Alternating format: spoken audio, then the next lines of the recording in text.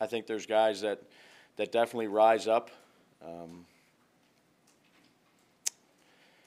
And Josh has done a good job to this point in his short career of being able to respond in adverse situations. Long way to go, but I think his preparation and his work ethic leads to some of those things that happen later on in games, whether it be the fourth quarter or the second half. You know, he's a young player that, you know, he prepares himself well, and when he's put in the moment, he's done a good job of executing. Coach, how's he done, since you know what the checks are and we don't, how has he done in handling some of what he's seen out there so far this season and getting you guys to the right play or the better play? He's done well. Again, he has a firm grasp of what we like to accomplish.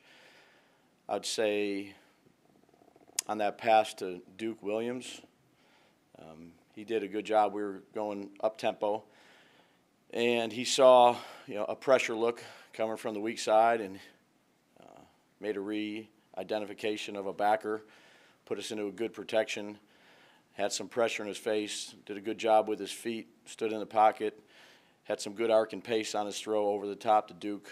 Was a good example of, you know, what he needs to do and what helps our offense. Lots of yards, but not a lot of points. What concerns do you have over the lack of finish?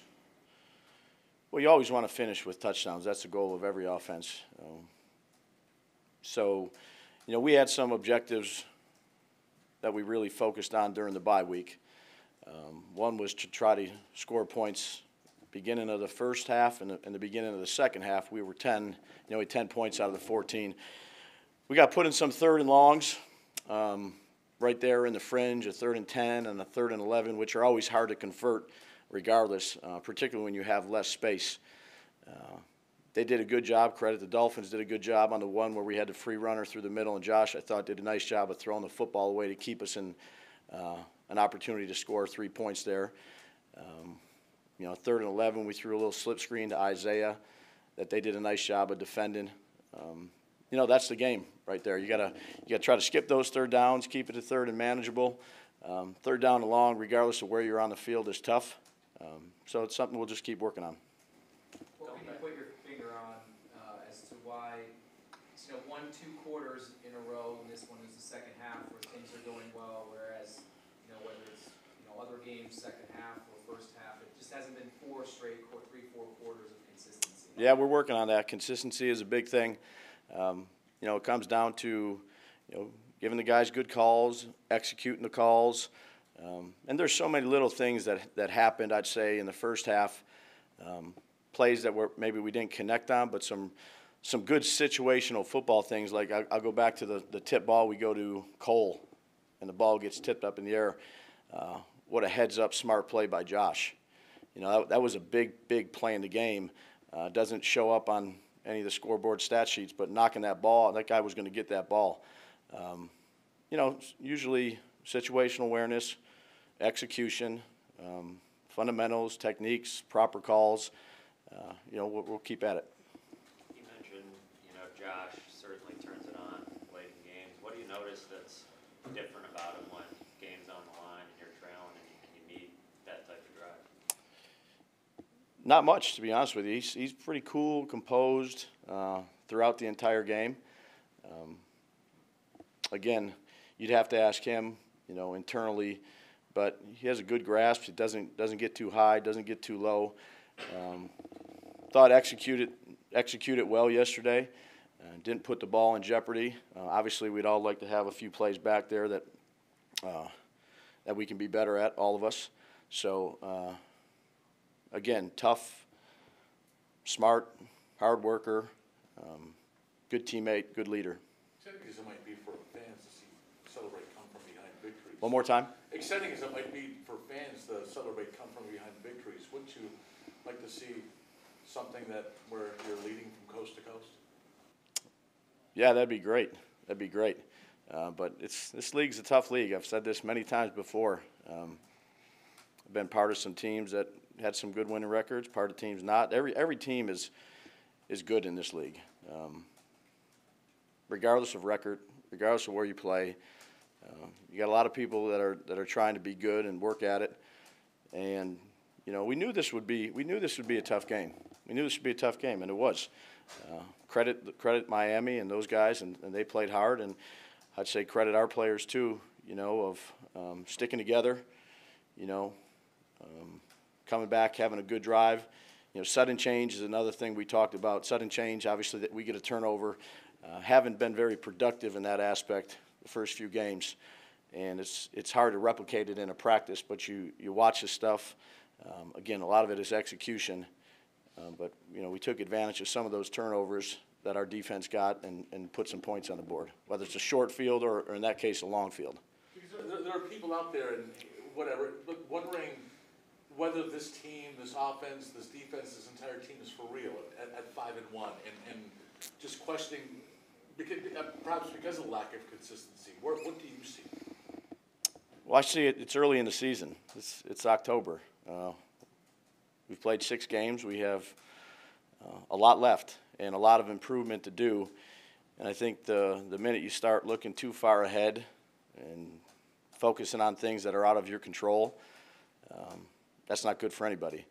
So our job is to come in, to watch a tape, win or lose, to improve in every area that we can improve on, and to get ready to play the next week's opponent, which in this case is early in the preparation process, but a very talented defensive line, good defensive coordinator. Got a lot of work to do on these guys, but you have to stay in the moment in this business. What can you point to as reasons for why Josh hasn't really been able to hit on those long, deep hits? Yeah, it's something we're working on. We had a few yesterday. One was a little roll out there, and it was just a tiny bit of pressure on his face, and he launched that thing pretty good to Dre. Again, those are small percentage of the plays you call, and our repetitions, we'll just keep working at it with those guys, skill guys, line, Josh. We'll just keep hammering away at it. Is there anything mechanically or timing-wise that isn't quite right that you've been able to identify? No, we've just he's got a really strong arm, and I think the continuity of the people that we throw it to, we just got to keep working at practice and getting our timing down and our arc and pace. Really it takes all 11 of us to do it the right way. Are those plays effective only if they're completed, or are they maybe not as effective, but are they also effective even if they are incomplete? Yeah, I think you got to try to threaten all 3 levels of the defense, and we certainly try to do that. Obviously they're much more effective when we throw them, when we catch them and protect them, and call them in the right spots. But you have some fast guys that can threaten the deep part of the field. That takes away from a 10-play, drive where you have to execute on every single play, and that you're bound to have something bad happen in 10, 12, 14 plays. It's just a law of human error. You're going to have to overcome something. So anytime you can hit a big play, a chunk play, 30-yarder, 50-yarder, that goes a long way in helping you put points on the board. Brian, what's the balance that you have to have as a play caller when you call design runs for Josh, Mm-hmm. and he doesn't really go down all that much. He tries to get the most yardage he can out of it. How do you balance when it's smart to do that Sure. and the counter effect? Yeah, that's a good question. You keep coaching them, get what you can get and get down, but some of those runs yesterday that were designed really helped us situationally, 3rd and short. One early down that got us some, and then the 2-point conversion. I don't think you live in that world too much, but we have a guy that can do those things and gives you extra blockers and things like that. You just have to be judicious with it, and Josh does too in terms of, minimizing our hits. Was there something you guys saw at halftime? You made an adjustment that Smoke was able to kind of look like Josh really targeted him and was successful in the second half. So it's something at halftime you said that you can go to. Yeah, we kind of talk in between series throughout the series, and we were spreading the ball around to some different guys, maybe that hadn't got the ball quite as much early on in the game. Smoke's always a viable candidate, regardless of what play we called. Have a lot of confidence in him. But again, called a few things there to try to get him going, to help us get going in the second half. It's usually a good thing when you get him involved. Sean called Josh's game a very clean game. Going back to the start of training camp, we've been talking ad nauseum about protecting the football. If you watch that tape, is that one of his most complete efforts in terms of being efficient and taking care of the ball? Yeah, I thought he made good decisions, you know, and I thought he made good decisions, you know, a few weeks ago, minus that one play.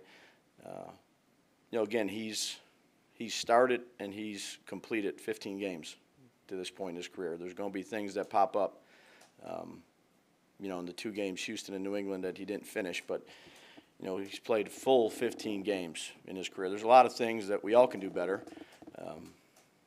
He's a young, athletic, competitive guy. I said again, I have a lot of confidence in him. Glad he's our quarterback. Thanks, guys. Good. Thanks, guys.